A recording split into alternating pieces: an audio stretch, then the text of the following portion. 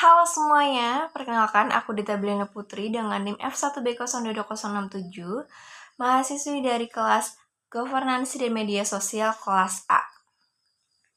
Di video kali ini kita bakal ngebahas topik yang sangat trendy tentang peran influencer dalam menggerakkan partisipasi publik terhadap kebijakan publik di media sosial.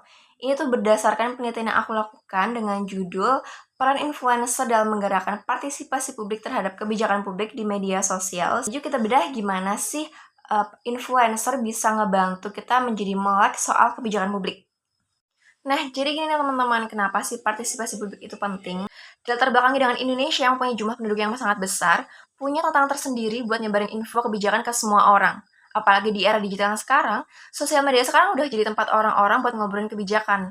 Nggak cuma sekedar foto atau update status aja.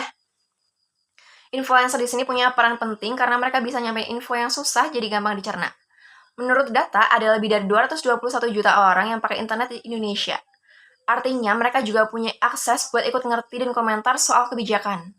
Melalui platform media sosial seperti Facebook, X, Instagram, dan TikTok, telah menjadi alat penting dalam penyebaran informasi dan komunikasi kebijakan. Nggak cuma di kalangan elit pemerintah, tapi juga di antara masyarakat umum. Terima kasih banget nggak sih buat sosial media ini. Tapi, pada era digital ini, potensi media sosial sebagai alat partisipasi publik juga belum dimanfaatkan secara maksimal oleh pemerintah.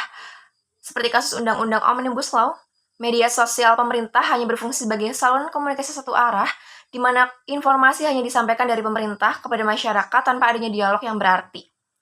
Nah, penelitian ini tuh berfokus buat ngelihat gimana sih influencer bisa ngefek ke partisipasi kita terhadap isu-isu kebijakan. Emangnya kenapa sih partisipasi publik itu penting? Karena dengan ikut berpartisipasi, kita bisa kasih masukan yang bikin kebijakan lebih legit dan sesuai kebutuhan kita sebagai warga negara.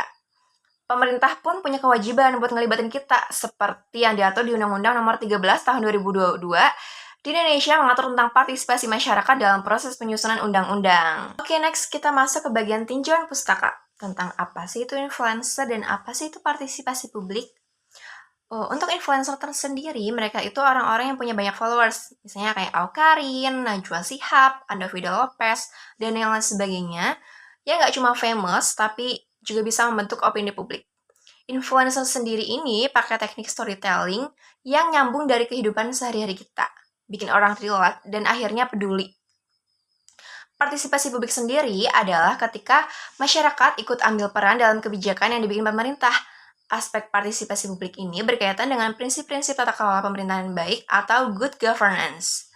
Semakin banyak yang peduli dan ikut serta, semakin efektif juga kebijakan yang dibuat. Jadi nggak cuma influencer yang punya peran di sini, tapi kita sebagai masyarakat juga penting buat aktif dan nggak sekadar jadi penonton.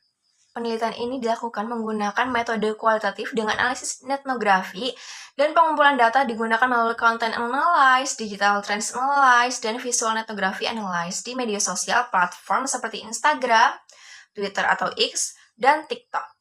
Jadi, peneliti melihat gimana sih cara influencer ini berinteraksi, gimana respon dari pengikutnya, dan seperti apa bentuk konten yang dibagikan. Adapun tahapan penelitian melalui persiapan penelitian, penyusunan instrumen penelitian, pengumpulan data, analisis data, dan representasi penelitian. Oke, kita masuk ke bagian pembahasan. Jadi gimana sih influencer ini bekerja? Influencer kayak Najwa Shihab misalnya, pakai teknik storytelling yang bikin audiens tuh benar-benar terhubung sama emosinya. Dia sering adain sesi tanya jawab di Instagram dan YouTube buat membahas topik-topik berat, tapi dikemasnya tuh asik. Terus ada Awkarin yang sering ngajak pengikutnya buat ikut aksi sosial atau kampanye lewat video-video singkat dan catchy. Ada Andovido Lopez yang sering membahas berbagai isu sosial dan kebijakan yang dibuat pemerintah lewat video yang dikemas melalui karya lagu. Dan ada Alisa Wahid sebagai aktivis sosial yang memiliki peran besar dalam menggerakkan partisipasi publik terhadap kebijakan publik di media sosial, terutama dalam isu-isu pluralisme, hak-hak asasi manusia, dan keberagaman. Hasilnya, partisipasi publik meningkat dan banyak orang jadi lebih paham kebijakan yang tadinya susah dimengerti. Contohnya nih, pada kampanye peringatan darurat 2024 yang dipopulerkan oleh akun kolaborasi Najwa Shihab, Mata Najwa, dan narasi di Instagram, berhasil menarik perhatian luas terhadap pentingnya mengawal putusan Mahkamah Konstitusi dan jalannya pemilihan kepala daerah atau Pilkada 2024. Gambar burung Garuda berwarna biru dengan tagar "Kawal Keputusan MK" yang diunggah pertama kali oleh akun tersebut menciptakan gelombang kesadaran di kalangan masyarakat tentang pentingnya menjaga demokrasi. Peringatan darurat ini telah dijangkau oleh 2 juta lebih pengguna media sosial Instagram dan menggiring pengguna lain untuk menyebarluaskan bahwa keputusan yang dibuat pemerintah bukanlah untuk kepentingan rakyat, tapi kepentingan orang yang berkuasa dan harus segera diberhentikan. Setelah poster peringatan darurat dijangkau oleh lebih dari 2 juta orang, membuat masyarakat sipil merasa geram dan melakukan aksi massal berupa demonstrasi menolak pengesahan revisi Undang-Undang Pilkada di depan gedung DPR RI dan gedung DPRD secara serentak. Tapi nih ada juga tantangan yang perlu diwaspadai. Influencer punya tanggung jawab besar karena mereka juga bisa menyebarkan informasi yang kurang akurat. Jadi kita sebagai audiens juga harus tetap kritis lah guys. Nah, pada bagian kesimpulan dari penelitian ini jelas banget kalau influencer tuh punya pengaruh yang besar dalam menggerakkan partisipasi publik terhadap kebijakan publik.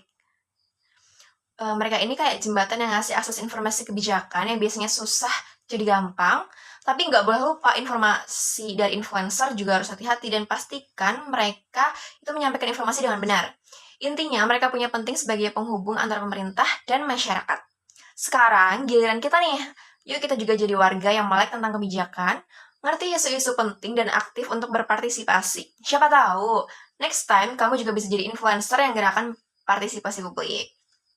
Thank you banget yang udah nonton, jangan lupa like, comment, dan subscribe buat bahan-bahan seru lainnya. Ayo kita jadi generasi yang kritis dan peduli, dan sampai jumpa di video selanjutnya.